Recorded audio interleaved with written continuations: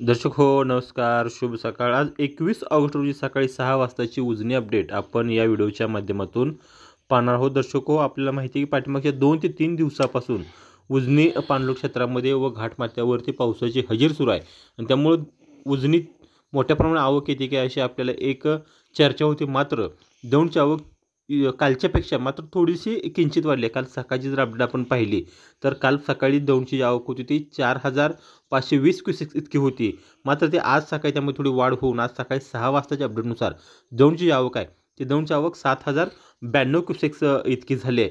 दौंडची आवक जरी वाढली असली तरी उजनी धरणातून जो काही विसर्ग परवा संध्याकाळपासून सुरू झाला आहे तो मात्र हा कायमच आहे.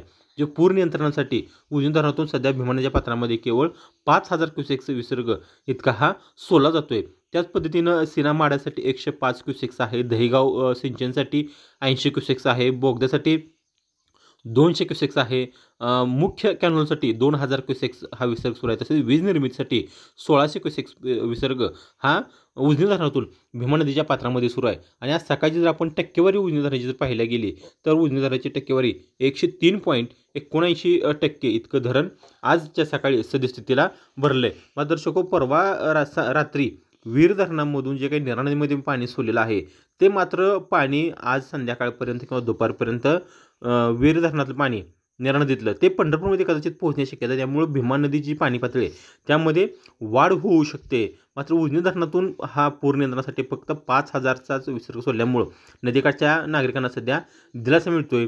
कारण जर उजनी धरणातून मोठ्या प्रमाणामध्ये पाणी सोडण्यात गेलं तर नदीकाठचे जे काही शेतकरी आहेत त्यांची पिकं आहेत त्यासाठी ते धोकादायक ठरू शकतं. त्यामुळे सद्यस्थितीचा जे 5,000 विसर्ग हा सुद्धा नदीकाठच्या शेतकऱ्यांसाठी खूप महत्त्वाचा आहे. उजनी धरणातून जर विसर्ग वाढवता आला तर आम्ही तो तुमच्यापर्यंत पोहोचण्याचा प्रयत्न करतोच.